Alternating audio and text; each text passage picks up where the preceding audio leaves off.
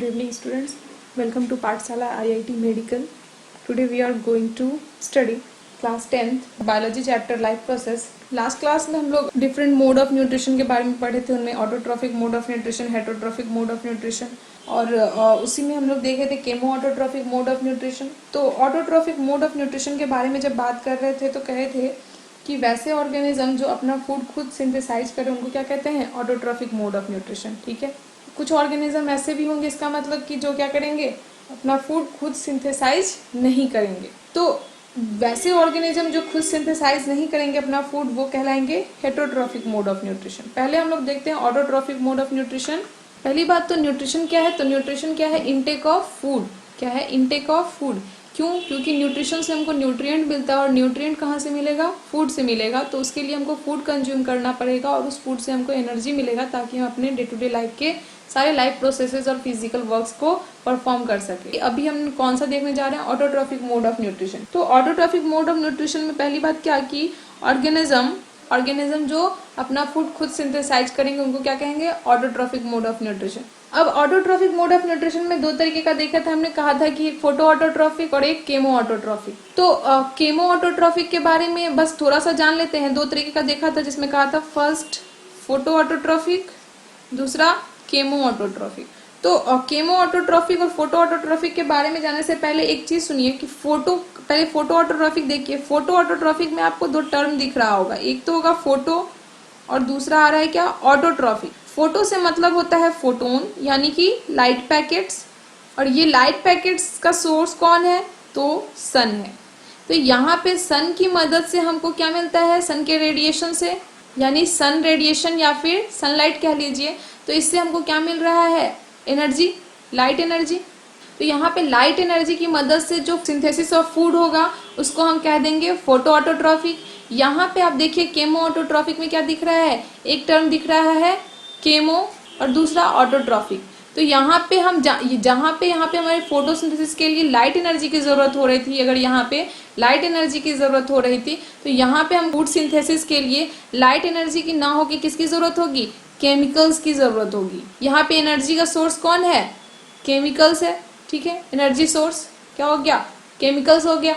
तो जो photo autotrophic होंगे वो क्या होंगे, वो लाइट एनर्जी को लेके अपने फूड को सिंथेसिस करेंगे, जबकि केमो ऑटोट्रॉफिक जो होंगे वो क्या करेंगे, केमिकल की एनर्जी को लेके अपना फूड का सिंथेसिस करेंगे। ठीक है, अब देखिए फोटो ऑटोट्रॉफिक के बारे में जब देख रहे हैं तो देखेंगे कि फोटो ऑटोट्रॉफिक इन ग्रीन प्लांट, या फिर और आप ये भी कह लो और autotrophic nutrition in green plant, autotrophic nutrition in green plant. अब यहाँ पे क्या करना है, यहाँ फोटोसिंथेसिस के लिए जो हमको फूड न्यूट्रिशन की जरूरत है प्लांट्स के अंदर, उनके लिए क्या क्या चीजों की जरूरत है, तो plant utilise water, CO2 from surrounding in the presence of sunlight to synthesise food, that food is carbohydrate. यानी कि जो प्लांट्स हैं वो जो सिंथेसिस ऑफ फूड करेंगे उनको उसके लिए जो जरूरत ऑफ वाटर होगा, यानी कि पानी का जरूरत पड़ेगा, CO2 का जरूरत पड़ेगा, तो वो अपने सराउंडिंग से ले लेंगे, और जो उनको सनलाइट की जरूरत पड़ेगी वो सन से ले लेंगे, और उन सब की मदद से वो जो बनाएंगे वो फूड कहलाएगा। और वो फूड कैसा होगा, ऑर्गेनिक फूड होगा, जिसको हम लोग क्या कहेंगे, कार्बोहाइड्रेट कहेंगे। ठीक है, तो autotrophic mode of nutrition in green plant में क्या लिख रहे थे कि हम बोल रहे थे कि जो फूड सिंथेसिस ऑफ फूड होगा उसके लिए जरूरत क्या होगा, वाटर, CO2 और सनलाइट का। इनकी प्रेजेंस में वो फोटोसिंथेसिस करेंगे और कार्बोहाइड्रेट का सिंथेसाइज करेंगे। ठीक है, तो इसमें एक पॉइंट हमको लिखना था, the plant utilise water and CO2 from the surrounding in the presence of sunlight to synthesise food, that is carbohydrate.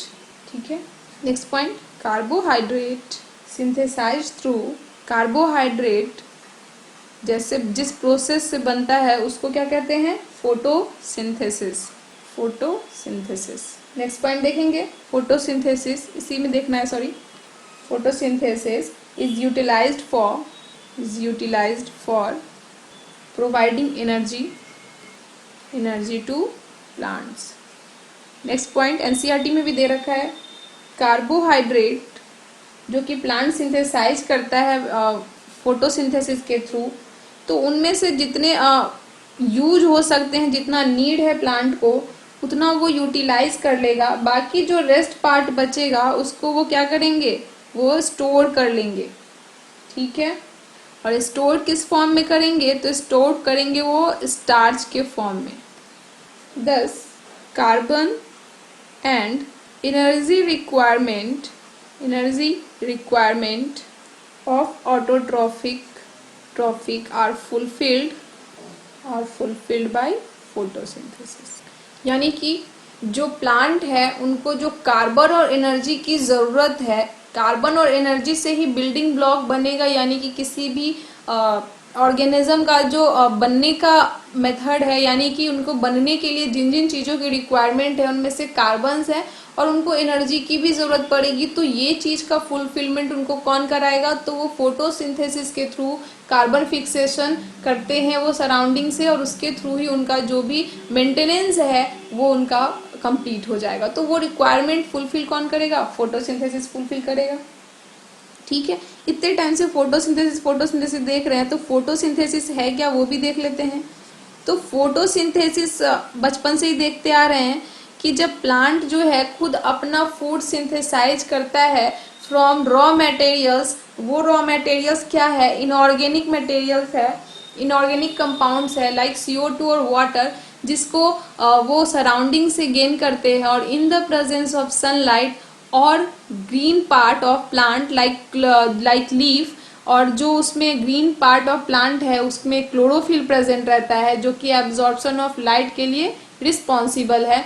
तो इनकी प्रेजेंस में इनऑर्गेनिक रॉ मटेरियल्स मिलके अपना एक प्रोडक्ट का फॉर्मेशन करते हैं, और वो ऑर्गेनिक प्रोडक्ट कहलाता है, और that product is known as glucose, ठीक है। साथ में वो बाय प्रोडक्ट में ऑक्सीजन भी रिलीज कराते हैं। तो फोटोसिंथेसिस जो है वो ऑक्सीजन प्रोड्यूसिंग प्रोसेस भी है, ठीक है, यानी कि इन्वायरमेंट में ऑक्सीजन को देता है वो, ठीक है, CO2 एटमॉस्फेयर से लेता है और ऑक्सीजन को देता है। तो इस तरीके से ये फोटोसिंथेसिस प्रोसेस कहलाता है, क्या है, ठीक है।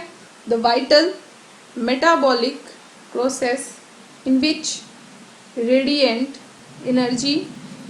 एनर्जी मतलब sunlight converts into chemical energy. और ये केमिकल कौन सा एनर्जी है, ये ग्लूकोज के बारे में बोल रहा है, ठीक है। इन the presence of water and CO2 और carbon dioxide in green plant. क्या होगा, जैसे कि मान लीजिए ये सन है और ये सन के रेज हैं, तो यहाँ से सन के रेडिएशंस हैं फॉल कर रहे हैं।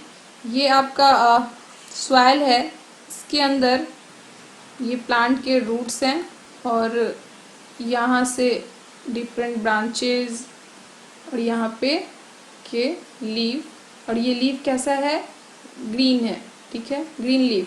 और यहाँ पे इस लीफ CO2 एटमॉस्फेयर से ले रहा है। वाटर इसको कहाँ से मिल रहा है, तो H2O का एब्जॉर्प्शन ये सॉइल से कर रहा है रूट के थ्रू, और रूट के थ्रू फिर ये लीफ को इसको मिल रहा है H2O। दूसरा, ये रेडिएशन इस पे सनलाइट से मिल रहा है। तो इन the presence of CO2 water और सनलाइट की प्रेजेंस में ये सिंथेसिस क्या कर रहा है, ये सिंथेसिस कर रहा है C6H12O6, जो कि क्या कहलाएगा, ग्लूकोज। तो इसका रिप्रेजेंट कैसे करेंगे इस फोटोसिंथेसिस को, केमिकल फॉर्मूला के बेसिस पे 6CO2 plus 12H2O in the presence of chlorophyll and sunlight, क्या बाई प्रोडक्ट में बनेगा, C6H12O6, जिसको कहेंगे क्या, ग्लूकोज। और बाई प्रोडक्ट में और क्या बनेगा, ऑक्सीजन, जो कि एटमॉस्फेयर में रिलीज होगा, ठीक है।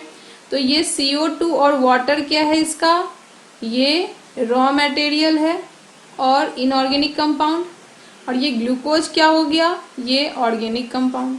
ये ऑक्सीजन, यानी ये ग्लूकोज और ऑक्सीजन क्या हो गया इसके बाय प्रोडक्ट। यानी सनलाइट की प्रेजेंस में प्लांट ने क्या किया, एटमॉस्फेयर से CO2 लिया, सॉइल से वाटर एब्जॉर्ब किया और लीफ तक पहुंचाया, और in the presence of sunlight इसने क्या सिंथेसाइज कर दिया, ग्लूकोज सिंथेसाइज कर दिया, जिसका फॉर्मूला क्या है, C6H12O6। और उनके साथ साथ क्या रिलीज किया, एटमॉस्फेयर में ऑक्सीजन रिलीज किया। तो इससे एटमॉस्फेयर को ऑक्सीजन का गेन हुआ और साथ में प्लांट अपने कार्बन और एनर्जी का रिक्वायर्ड भी फुलफिल कर लिया, जो उनकी रिक्वायरमेंट है उसको फुलफिल कर लिया। अब जो फोटोसिंथेसिस हो रहा है तो इनके कुछ स्टेप्स भी हम देख लेंगे कि कौन कौन से इवेंट्स आखिर फोटोसिंथेसिस के दौरान होगा। जैसे अभी हमने शॉर्ट में देखा कि सनलाइट से वो लाइट एब्जॉर्ब करेगा और सॉइल से वो वाटर एब्जॉर्ब करेगा, एटमॉस्फेयर से वो CO2 एब्जॉर्ब करेगा और फिर बाई प्रोडक्ट में वो ग्लूकोज का फॉर्मेशन करेगा। ठीक है, तो इनके स्टेप्स, इनके इस दौरान जो ये प्रोसेस हो रहा है फोटोसिंथेसिस, इसके दौरान कुछ इवेंट्स हैं। फॉलोइंग इवेंट्स अकर ड्यूरिंग फोटोसिंथेसिस या फिर ड्यूरिंग फोटोसिंथेसिस। कौन सा, उसमें से फर्स्ट पॉइंट देखते हैं, एब्जॉर्प्शन ऑफ लाइट एनर्जी। यहाँ पे क्या हो रहा है, प्लांट का जो ग्रीन पार्ट है वो सन से लाइट एनर्जी ले रहा है और फिर वो अपने क्लोरोफिल जो ग्रीन पार्ट में प्रेजेंट है, जिसका कारण है क्लोरोफिल पिगमेंट, वो उसको एब्जॉर्ब करने में हेल्पफुल है, यानी सनलाइट एब्जॉर्ब कर रहा है कौन, chlorophyll. Second, conversion of light energy to chemical energy and splitting of water molecule into hydrogen and oxygen।